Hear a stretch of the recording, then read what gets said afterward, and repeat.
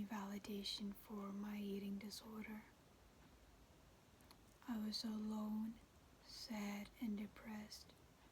I completely lost my appetite, but nobody cared. Nobody noticed that I was losing weight so fast. They congratulated me. They said, "Oh my God, you have so much discipline. You're so dedicated. You're so hardworking. Like you're achieving results. Look at you. You said you're gonna lose weight and now you're losing weight." But what they didn't see was it was not actually dedication or motivation. It was me slowly losing my will to live. I was so depressed I would forget to eat. I would unintentionally fast for really long hours. Then it just became my routine, fasting long hours and just not eating for really long periods of time. I was losing weight fast, but as long as I was still in a slightly underweight category, everybody just applauded. Everyone that I knew in my life who saw me before I started losing weight, they were just so shocked at my appearance, but in a good way. They would be so inspired by my dedication to just this one single obsession I had, which is getting as thin as I possibly could. My desire for this, it didn't come from, oh, I wanted to look like somebody or I had a goal weight. I did not have any goal weight. It was just me so depressed that I did not have energy to plan my meals anymore.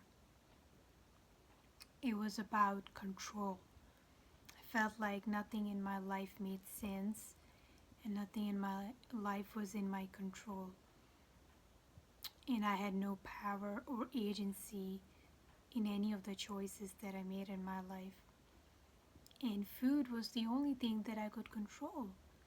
Like nobody's gonna force food down my throat. It's only gonna be my choice. How much I eat, when I eat, you know.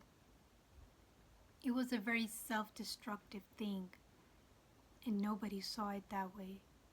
I never got validated for my eating disorder.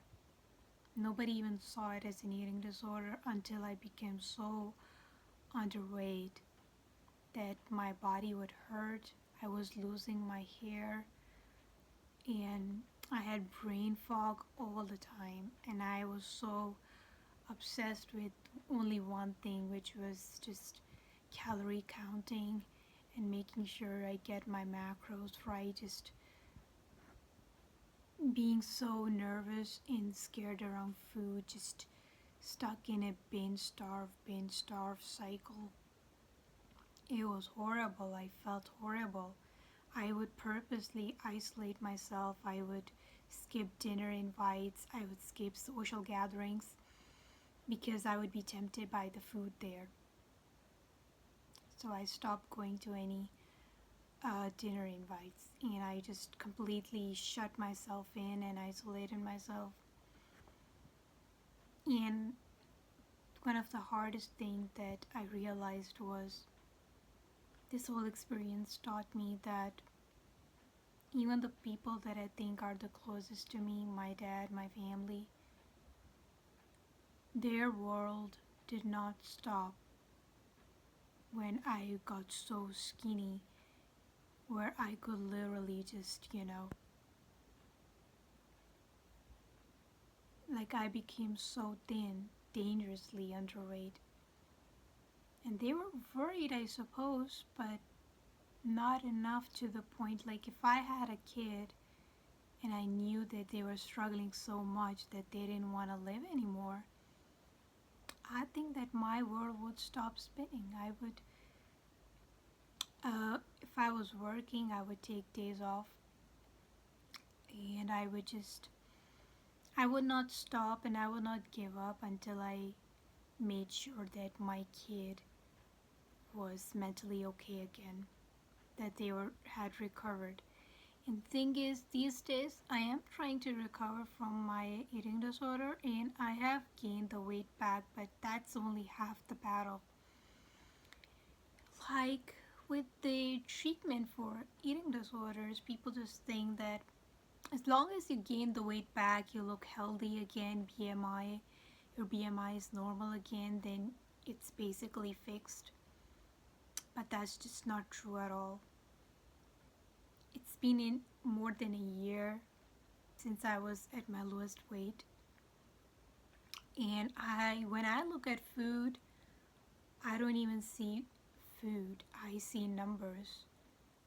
Like, people don't understand, once you start counting calories of every single thing that you eat obsessively, even if you are recovered now, that behavior, it doesn't stop.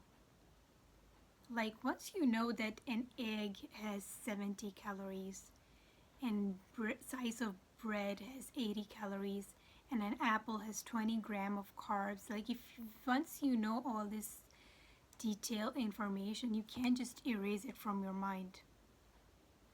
And whenever you in the future want to eat an apple, for example, you would know that you're consuming 80 calories.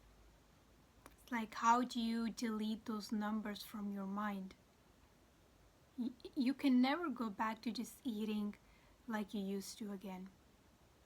I don't think, like, you would have to erase your memory.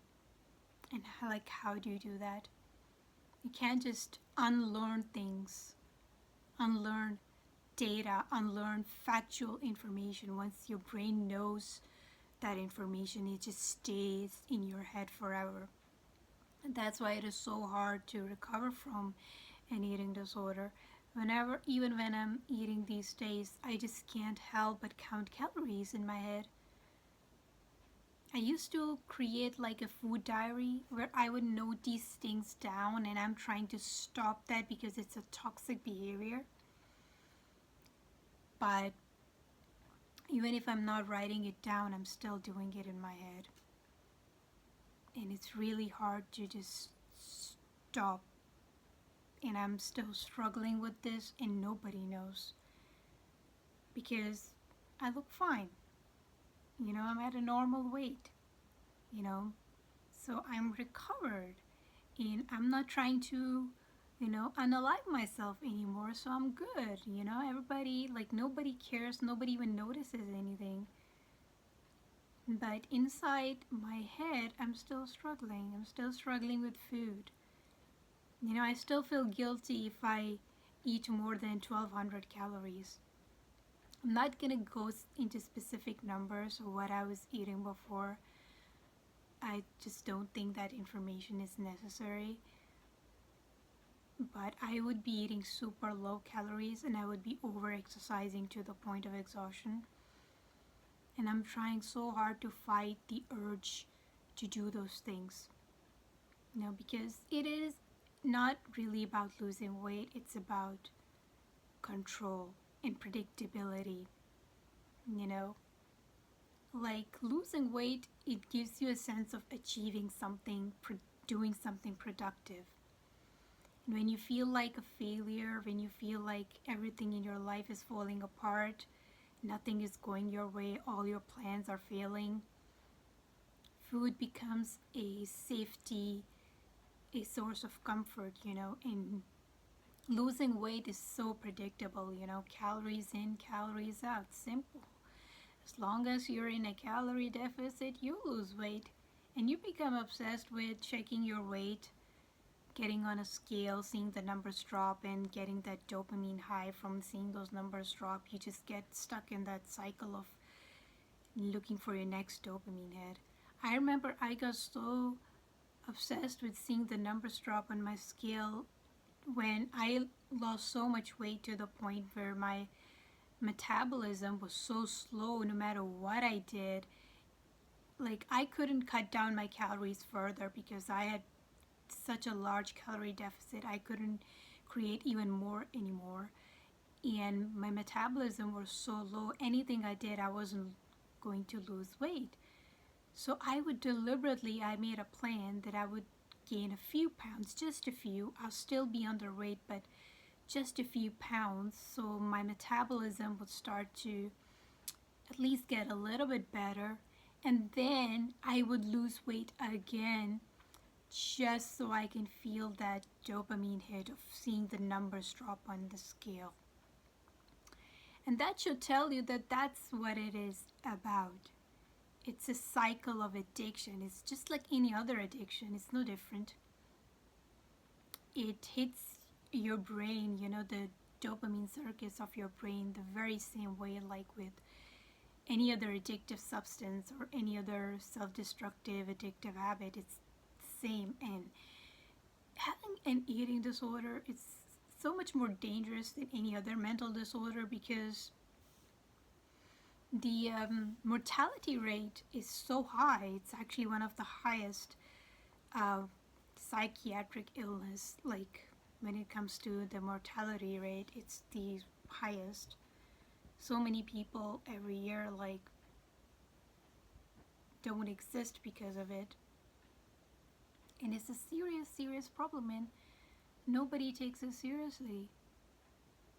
And even when it got so bad to the point where it wasn't even like my parents were not sure if I even want to live anymore, I realized that at the end of the day, it's just me. I cannot expect other people, my family, to just stop everything that they're doing, to stop living their life, to put everything on hold just for me. I suppose I wanted to know if they would do that, but they didn't. And is that a bad thing? Are my expectations too high? Like expecting your parents to just stop everything that they're doing to take care of their sick child? Is that an unrealistic expectation? I don't know. I suppose I was expecting too much. Maybe it was my fault. But I got my answer. And it was not the one that I was looking for. And I think that was the point where I realized that I'm just on my own. And sharing your struggles with your family is just not worth it. My eating disorder was a silent cry for help, for my mental illness, for my undiagnosed autism, for a lot of other things. And eating disorder, it doesn't exist on its own. It's always a comorbidity. It always exists with other psychiatric illnesses. It doesn't exist in a vacuum. No, if you have a history of eating disorder, you probably also had, I don't know, probably neurodivergence, probably depression, anxiety, OCD. You already had another psychiatric illness before already, and your eating disorder sort of became a way to cope with it. I know it was my coping mechanism. And if you're self-harming in this way, you're probably also doing it in other ways as well. And it's your coping mechanism, and this is also another thing that people don't understand. I would, when I was in the depths of my ED, I would be fasting for really long hours, and I would only eat at very specific times. And my family didn't understand why I was doing it. To them, it was just like, why can't I just eat? Why am I obsessing over every little thing? It was so bad to the point where one time I was even concerned if water had calories. Yeah, water has 0 calories, everyone knows that, but I was still so paranoid about it. I was looking up on Google, maybe it's 0.0001 calories, maybe water still has some calories. If I drink too much of it, it might make me gain weight, which is so ridiculous now that I look back on it. But honestly, I think I obsessed over it because I was using it as an escape from all the other things in my life. I was struggling with a lot of things. I couldn't talk about them with anyone, and I just needed a distraction that was powerful enough to keep my mind off all the other things.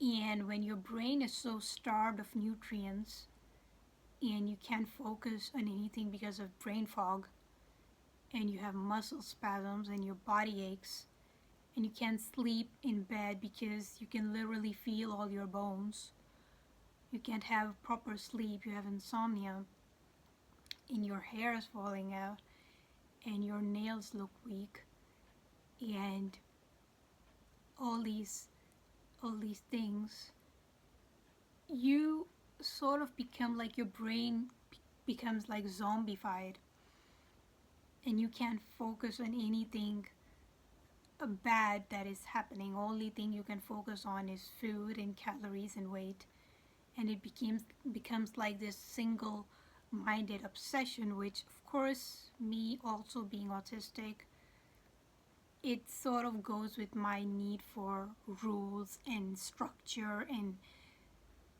rigidity. Like eating disorder gave me all of that, so that's why it was so easy for me to get stuck in this cycle. And it's a very slippery slope. Like, I would advise, even if you're just trying to lose weight, to be very, very careful with how much calorie deficit you're keeping.